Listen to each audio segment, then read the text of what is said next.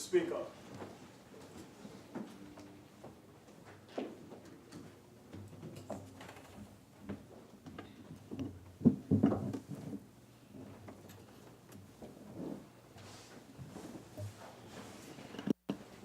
Madam Speaker, it's an honor and a privilege to be able to say a few words on this budget statement of the Minister of Finance 2019, Budget Statement 2019. The people of this country are under a great deal of stress, and they feel it in their bones that things are not right and that something else needs to be done. And they are looking for direction and for clarity. And I hope today to speak through you, Madam Speaker, not just to this Honorable House, but to them, to address some of the issues that might be troubling them as they experience the present and look into the future, waiting for a sense of hope.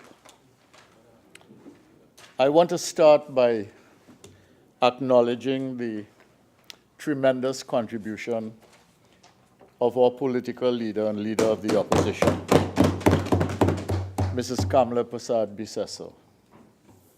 She spoke in response to the budget. She spoke to the important macroeconomic issues and the challenges that the country faces, and she put forward the beginnings of a plan for rescuing this country and taking it from recovery to growth. This was followed by very, very able contributions on behalf of the people of their constituencies, from the MP for Pointe-a-Pierre, the MP for Faizabad, the MP for Oropouche West, and the MP for Manzanillo. All of them who acquitted themselves well,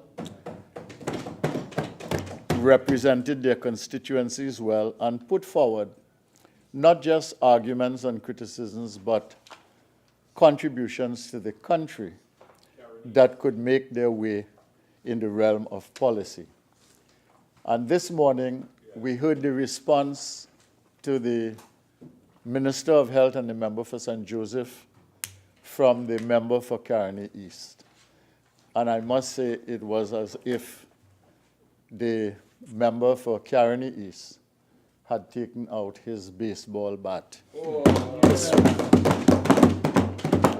I want to spend a couple of minutes responding to some of the issues that the Minister of Trade made or presented here this morning. The first issue that she raised was the issue of prudence and decisiveness of the government.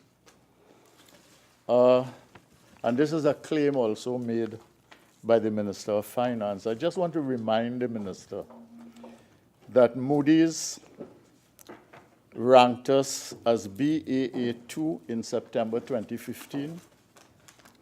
They then ranked us as Baa3 up to April 2018, which is investment grade, although we were downgraded. And currently we are at B1, which is what is known as a sub-investment grade. And if that is the result of prudence and decisiveness, well, then I think we ought to be very cautious about how we go forward. The minister spoke to a number of issues having to do with the manufacturing sector and the diversification. And the leader of the opposition made the point, in fact, that most of the growth in the manufacturing sector came from methanol and ammonia, LNG, etc.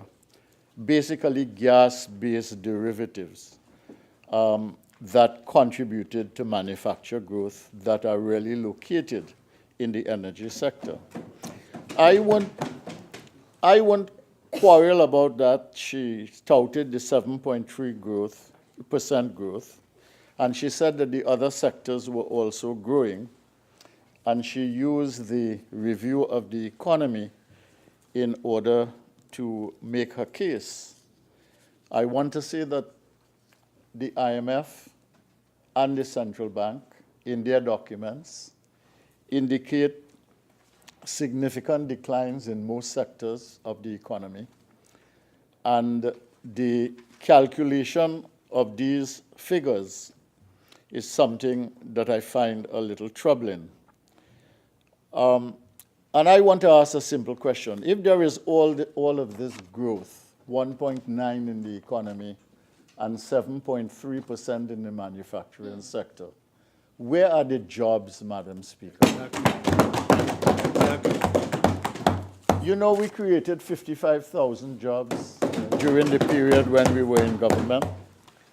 I think that there may have been a loss of almost that many under this government in the last 3 years. Perhaps about 40 to 50,000 jobs by this government.